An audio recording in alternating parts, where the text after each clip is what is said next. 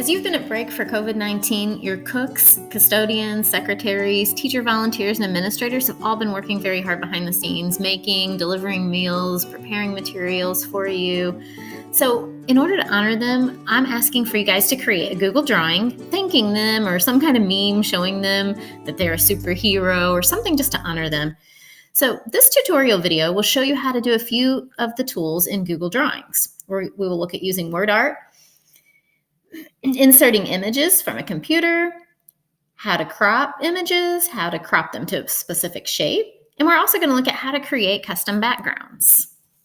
So to open a Google drawing, in your drive, you can just click on New, then go down to More and go to Google Drawings. This will open up a blank canvas for you. Notice that on your blank canvas, just like on every other Google Doc, it says Untitled up here at the top. You want to give that a name so it doesn't leave it as an untitled drawing. You can also create this drawing directly on the assignment on Google Classroom as well. I'm going to name this Thank You, Cooks and Custodians. They're going to be the ones that I focus on today as I create this thank you poster for them. So the first thing that we're going to do is to insert word art. I love word art. There are lots of different tools that we can use up here. You can insert text by doing a text box, but I like to do word art because it pops off the page a little bit more. So I'm going to go up to my insert tab and then scroll down to word art. Okay, so here's where you will type in what you want your word art to say.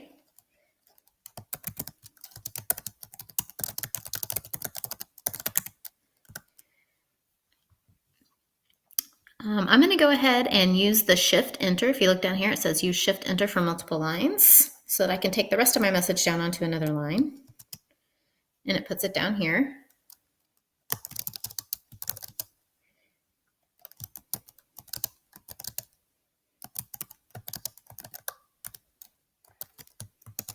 So there's the rest of my message. When I hit Enter, it's going to put it on my page.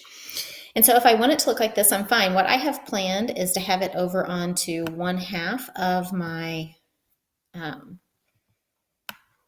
canvas here. And I'm not liking the way that this lays out. So what I'm going to do is I'm going to double click to go back in and edit again. And I'm going to go ahead and move this down to different lines. So I'm going to put my cursor here before custodians. I'm going to put this down on a different line. So Shift Enter. I'm going to bring that back up, and then I'm going to put out, I'm going to go down here and put this on a different line and this last word on a different line. Did all that with Shift Enter. So now it's going to lay out a little bit differently. Okay, so now I can resize it to make it the way that I want it.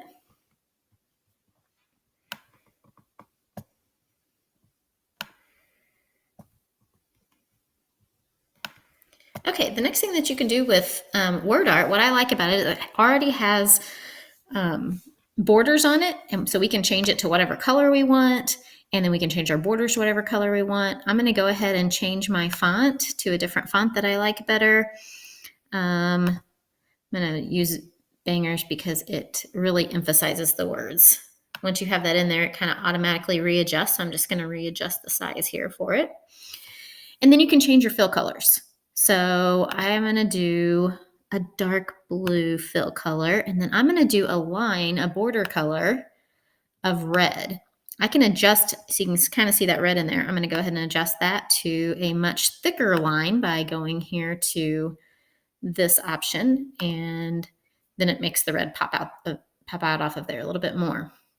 There are a couple other things that you can do with that. You can go up to your format options, and I like the drop shadows to make it pop off the page even more. I'm going to give it a drop shadow of a lighter blue here, and I'm going to make it come out away from the word a little bit. You can kind of watch and see what's happening over here. You can see the shadow starting to pop off. You can change which angle that shadow does. You can change your transparency. So if you want it to be a little bit darker, a little bit heavier shadow, you can change your transparency to this. You can change your angle, your distance, how much it blurs. So this makes it blur more. This makes it sharper. So whatever you like. So those are some of the options that you have on drop shadow. You can also do reflections if you're doing something that has a reflection. It won't really work for this, but you can kind of see the reflection pops up down there if you like that. So those are a couple of your format options that you have.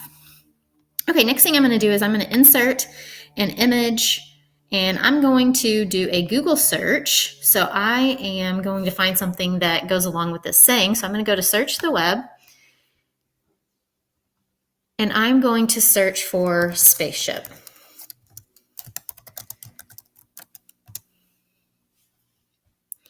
Now, what I don't want is a picture that has a background, though. I want something that's going to be transparent. So I'm behind my spaceship, I'm going to put PNG to look for a PNG file. Most of those have transparent backgrounds.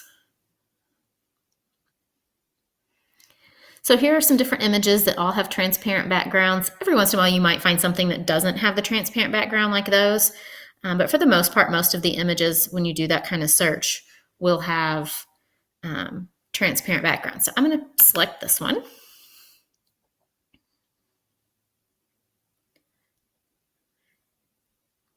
And then I'm just going to resize it. So this one, for some reason, came up with a border. So I'm just going to go to my border color and say transparent so that now I don't have that red border anymore. And I'm just going to resize this to make it fit on the page well. Okay, next thing I'm going to do is I'm going to put a picture of myself right here in this window of this space shuttle. So to do that, I'm just going to use my camera. If you have a picture saved on your drive, you can insert a picture of yourself from your drive here, or you can insert an image and then go down here to this camera option. You might get a little pop-up that says allow access. Otherwise, it should just pop up to your screen like this. Smile cute and take your picture and then say insert. Now from here, I am going to be cropping my image. So I'm going to go up here and use the crop tool, and I'm just going to leave just my face in the image and probably a little bit of my hair so it doesn't look like my hair just cuts off weird. So I'm just going to crop it down so that it's not showing everything, because through the window you would just see my face most likely.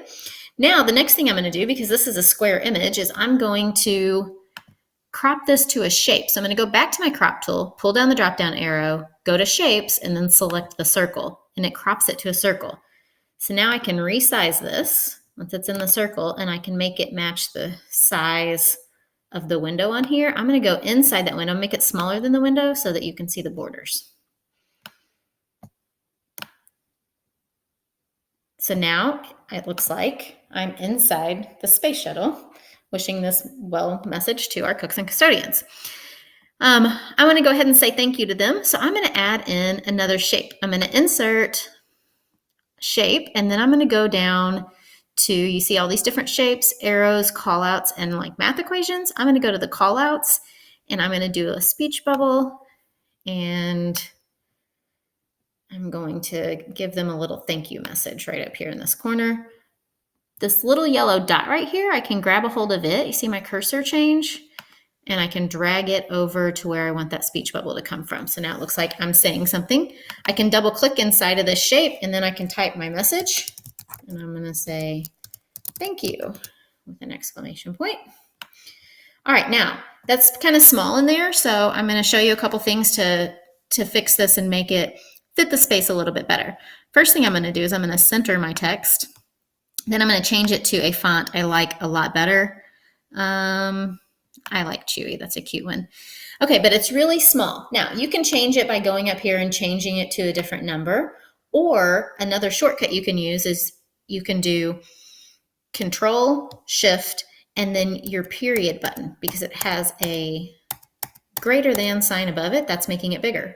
The comma has a less than sign, so it makes it smaller. So you can adjust your size to make it fit the way you want it to fit using that keyboard shortcut. So that's how you do that. Okay, last thing I want to show you is how to do a background. So to add backgrounds in, you can right click and go down to background. And there are solid backgrounds that you can choose from for just a plain color if you like just a plain color as your background. Or there are gradient colors which give it a little bit more of a flair. So maybe you like a gradient like this. So it kind of changes up the color a little bit. You can also create a custom background by going to your gradient, so background, gradient, and then custom, and it'll bring up this pop-up page. Now you can make your linear or radial. So linear is lines, radial is going to look like circles. You can change your angle if you want. I'm just going to leave it just like it is because I'm going to make some lines on mine. So you're going to add in gradient stops. So I'm going to add a stop in, and I'm going to turn it to a blue color. I'm just going to make stripes of red and blue. And then you can slide these along this line. I'm going to change this one to a red. And I'm going to add in another one, and I'm going to change it to that blue again. And so now I can change these, and you can see in the preview window right here what it's going to look like. So now I'm going to have some like red and blue stripes on my screen for my background. So it kind of just gives it a whole different effect. It looks pretty cool. And so that's how you can create a custom background. So we learned how to create custom backgrounds, insert word art for text, insert an image from Google search, and insert an image from your camera, how to crop images, how to crop to shapes, how to insert shapes, and how to use the keyboard shortcut of Control Shift and the and the period or the comma to make your text larger or smaller. Have fun and create a great message for our support staff that has been doing a fantastic job behind the scenes, making and delivering meals and getting things prepared for you and all of this virtual learning.